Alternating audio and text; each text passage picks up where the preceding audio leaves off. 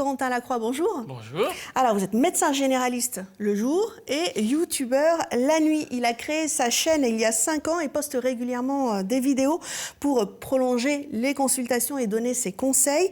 Eh bien, il vient de recevoir un prix de l'Académie de médecine pour son travail de vulgarisation.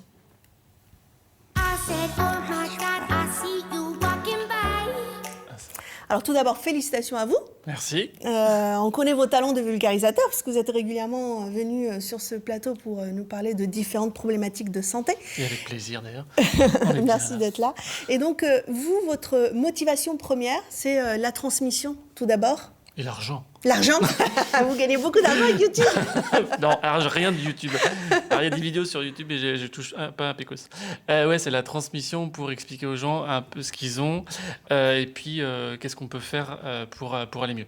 Et comment vous avez eu cette idée-là de sortir du cabinet et de faire des vidéos comme ça sur Internet? Parce que souvent, je fais des schémas assez moches pendant les consultations. Et du coup, je me suis dit, je vais faire des schémas un peu plus jolis, avec des fiches. Et puis, en fait, des vidéos, c'est sympa. Et puis, on s'amuse, on apprend à faire des petits montages. Et voilà, on se prend en jeu. Et on continue. Et puis, on finit lauréat de l'Académie de médecine, ce qui est pas mal. Ce qui est pas mal, effectivement. Alors, vous avez déjà une quarantaine de vidéos à votre actif. Votre chaîne s'appelle Whydoc. Quelles sont les thématiques que vous avez traitées? C'est très varié. Diabète, asthme, grossesse, dépression dans les gros sujets. Et puis des choses un peu plus, pas légères, mais moins connues. Les pleurs du nourrisson, quand même pas mal de choses à dire. Les hémorroïdes, on n'en parle pas assez souvent, mais c'est important. Et puis là, tout récemment, la vasectomie, sujet où il y a un bon gros tabou dessus, et pourtant, c'est hyper important.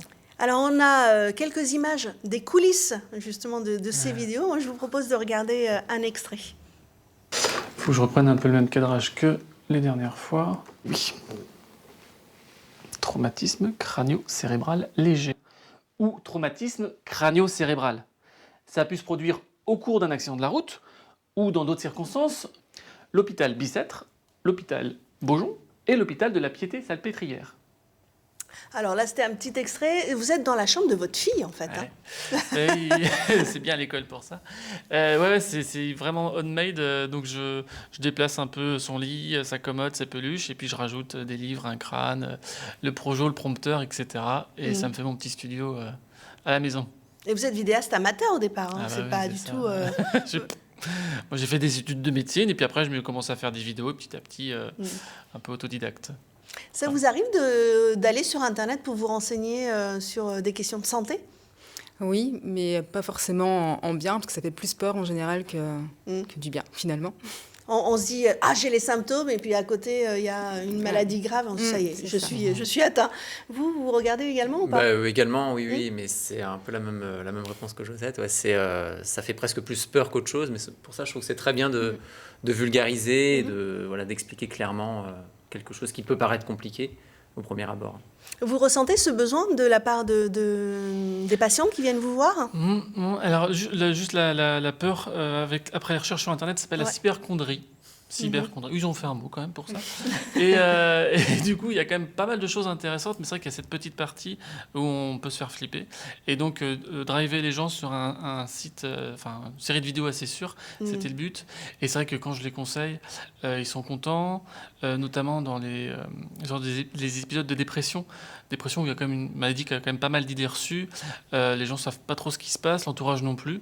Et du coup, je leur propose ma vidéo qui dure un petit quart d'heure pour déconstruire un peu tout ça et puis qu'ils savent un peu ce qui leur arrive et voilà comment on va faire pour avancer ensemble. C'est ce côté aussi finalement très professionnel dans le contenu qui a intéressé l'Académie de médecine. Vous avez donc postulé et vous avez reçu le concours, le prix, pardon. Le prix.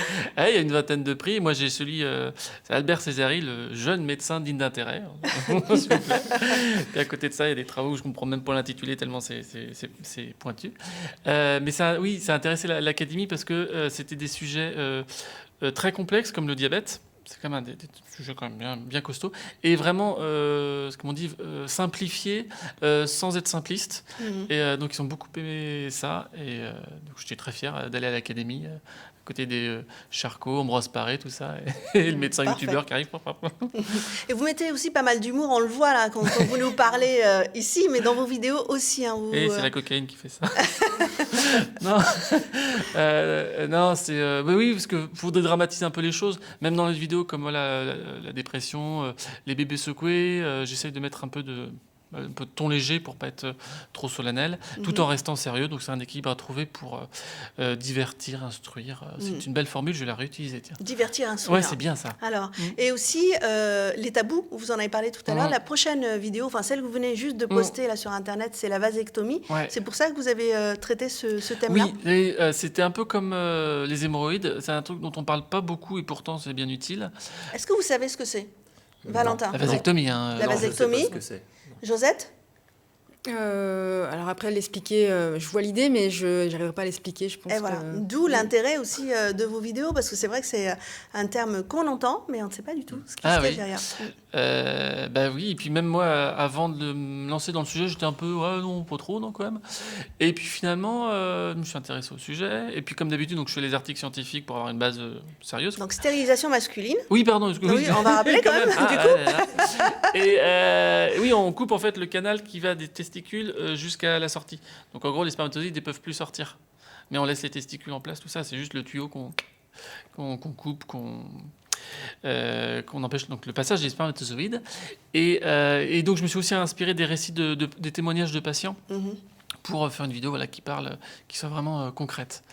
Et je l'aime bien. Vous avez parlé aussi des freins par rapport à cette Ouais. stérilisation. Là, on connaît la stérilisation pour les femmes, la ligature des trompes, Ouais. et puis bien sûr la pilule, le stérilet, etc. Mais la stérilisation masculine, on en parle peu. Et là, ce qui fait peur, c'est il y a un amalgame avec castration, perte de virilité, etc. Donc là, vous vous attaquez à tout ça. Bah ouais, c'est ça, en 7 minutes, je crois. Donc c'était pas facile à caser. On va pas faire 30 minutes non plus là-dessus, parce qu'il faut intéresser les gens. Et ouais, c'est la première chose, c'est on ne sait pas trop ce que c'est. La deuxième chose, c'est on en a peur. On ne sait pas trop pourquoi, mais on en a peur. Voilà, c'était déconstruire un peu tout ça. Ouais. Donc vous avez dit le diabète, la dépression, mais aussi des sujets un peu plus légers. C'est des sujets qui vous viennent aussi par rapport au questionnement de vos patients quand ils viennent en consultation. Ouais. On a un petit extrait aussi de votre cabinet, quelques images. Il y a pas mal de gens qui ont des bouchons de cérumen et qui ont du mal à comprendre pourquoi il ne fallait plus mettre de coton-tige. Et du coup, j'en ai fait une petite vidéo et mes patients n'ont pratiquement plus de bouchons de cérumen maintenant. Je suis vachement fier. Donc le cérumen, c'est pas très glamour, mais c'est vachement utile.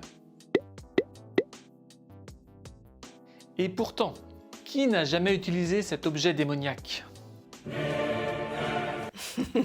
Donc voilà, on retrouve votre humour là-dedans. Et voilà, vous sentez, on va dire, je n'arrive pas à trouver mon mot, mais que ça a un effet positif sur les pratiques de vos patients. Bah, en tout cas, sur les bouchons de cérumen, oui, ils sont vachement bien. Ils n'utilisent plus de coton-tige.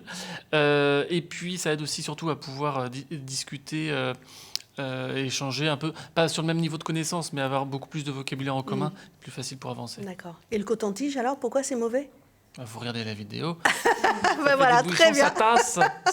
Ça tasse. Bon, ben écoutez, si vous avez des questions et si vous aussi vous vous demandez pourquoi il ne faut plus utiliser le coton-tige, ben vous allez voir les vidéos de Corentin Lacroix sur le site internet ydoc.fr et sur votre chaîne YouTube. Merci Corentin d'être venu. Bravo encore à vous pour ce travail de vulgarisation que vous faites en plus de votre travail de médecin. Donc merci pour cet engagement en tout cas. Je continue. Vous revenez quand vous voulez. Merci beaucoup.